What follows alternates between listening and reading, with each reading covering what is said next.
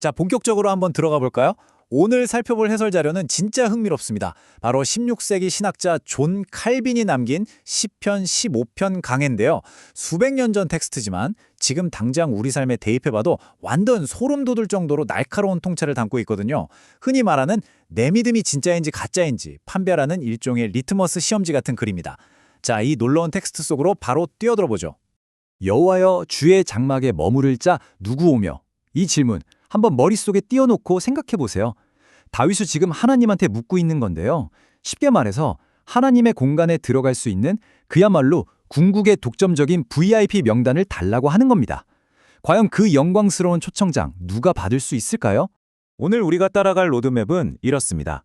성소의 VIP 명단부터 시작해서 위선자의 가면을 벗겨보고 중상모략과 사회정의, 의로운 판단과 값비싼 맹세, 돈의 윤리학을 거쳐서 마지막으로 흔들리지 않는 신자에 대해 알아볼 겁니다. 자, 추상적인 신학 얘기는 접어두고 아주 구체적이고 실용적인 행동 체크리스트로 넘어가 보겠습니다. 첫 번째 섹션입니다.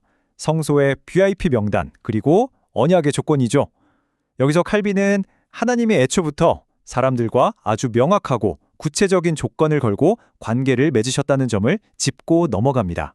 그러니까 무조건적인 무료 입장권 같은 건 없다는 뜻인데요.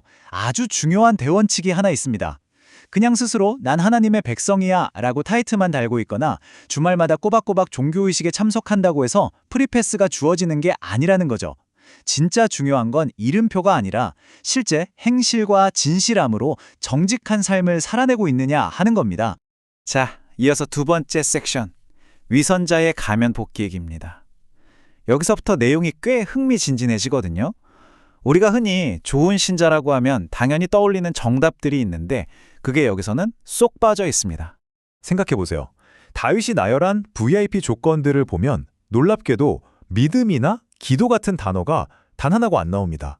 진짜 이상하지 않나요? 칼빈은 바로 이 기발한 질문을 훅 던지면서 우리의 허를 찌릅니다. 신앙생활의 핵심이라고 할 수 있는 이런 영적인 요소들이 도대체 왜 생략된 걸까요? 여기서 정말 눈여겨봐야 할 건 이 두 부류의 극명한 대비입니다. 칼빈이 보기에 위선자들은 겉으로 보이는 종교적 의식은 기가 막히게 잘 흉내냅니다. 그러면서 그 속에 있는 교만이나 잔인함은 아주 완벽하게 숨기죠. 반면에 참된 종은 어떨까요? 이들은 그냥 거룩한 척하는 데 에너지를 쓰는 게 아니라 의로움, 진실함 같은 실제 행동의 열매를 통해서 자신의 진짜 믿음을 증명해냅니다. 결국 다윗이 콕 집어서 요구하는 조건들은 전부 사람과 사람 사이의 관계, 즉 율법의 두 번째 돌판에 집중되어 있습니다. 마음이 순전해야 하고요. 남에게 선을 행하는 정의로워야 하고 겉과 속이 똑같은 진실함이 있어야 합니다. 하나님은 우리가 이웃을 어떻게 대하는지를 보시고 우리가 진짜로 하나님을 경외하는지를 가려내는 일종의 테스트용 리트머스 종이로 쓰신다는 거죠. 그럼 이제 인간의 행동을 검증하는 더 구체적인 테스트로 들어가 보겠습니다. 세 번째 섹션, 중상모략과 사회정의. 그 중에서도 특히 말의 힘에 대한 내용입니다. 보통 중상모략이라고 하면 남을 해치려고 없는 말을 지어내는 악당을 상상하잖아요. 그런데 칼빈의 해석을 보면 좀 뜨끔해집니다.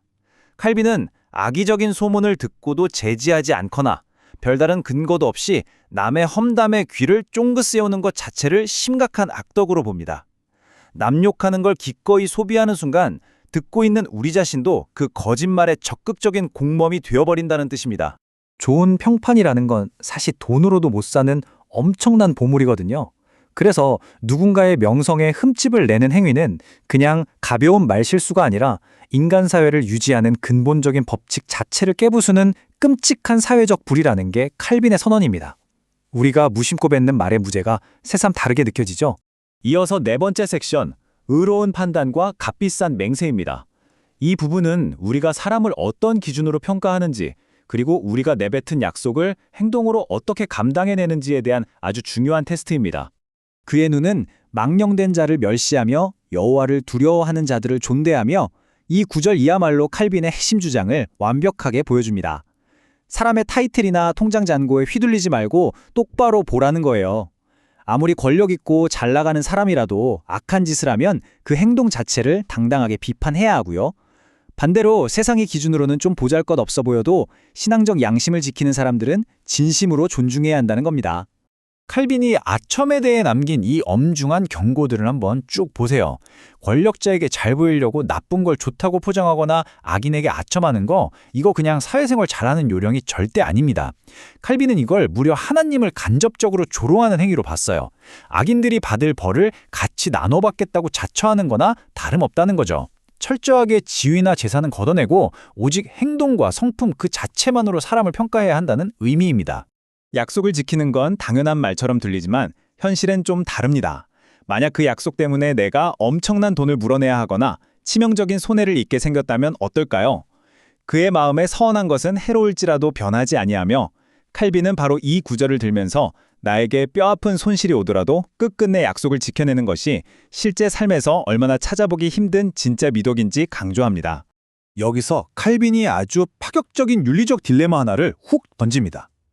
목숨이 위태로운 상황에서 노상강도한테 살려주면 돈 줄게 라고 약속했다면 나중에 진짜로 그 약속을 지켜야 할까요? 칼빈의 대답은 꽤 놀랍습니다. 인류의 적에게 돈을 대주는 건 안 될 일이지만 그럼에도 불구하고 하나님의 이름을 걸고 한 맹세라면 내 편이나 이익보다 그 맹세를 무조건 우선시해야 한다는 겁니다. 약속의 무거움을 진짜 극한까지 밀어붙이는 대목이죠. 이제 마지막 행동 테스트, 제 현실적인 경제 분야로 가보겠습니다. 5번째 섹션, 돈의 윤리학인데요.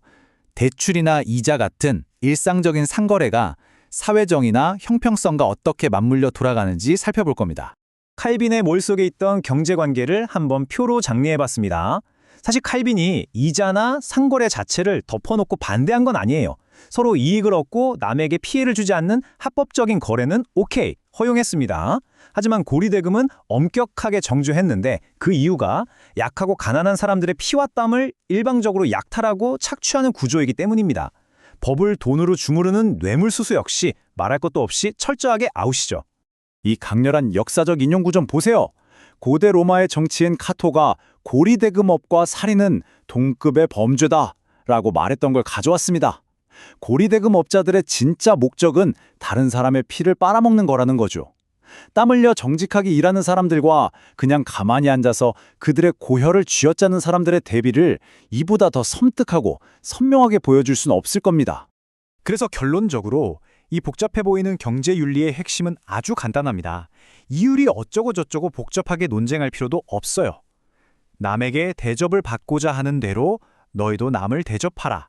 이 단순한 황금률 하나만 우리 마음속에 제대로 박혀 있어도 애초에 남을 착취하려는 꼼수 자체를 부리지 않게 된다는 거죠. 결국 경제활동도 남을 어떻게 존경심을 갖고 대할 것인가의 문제입니다. 자, 이제 여정의 끝자락입니다. 6번째 섹션, 흔들리지 않는 신자. 지금까지 살펴본 이 깐깐한 일상의 리트머스 테스트들을 모두 통과한 사람들에게 주어지는 궁극적인 약속이 무엇인지 확인해 보시죠. 이런 일을 행하는 자는 영원히 흔들리지 아니하리이다. 맞습니다. 가장 중요한 포인트가 바로 이겁니다.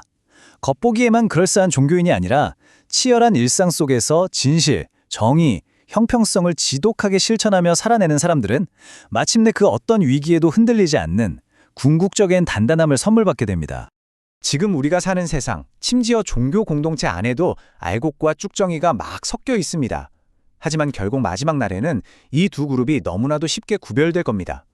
무늬만 신자였던 일시적인 사람들은 쭉정이처럼 싹 날아가 버리고 일상의 행동으로 진짜 믿음을 증명해낸 사람들만이 흔들리지 않는 곳에서 영원한 시민으로 남게 될 거라는 게 칼빈의 결론입니다.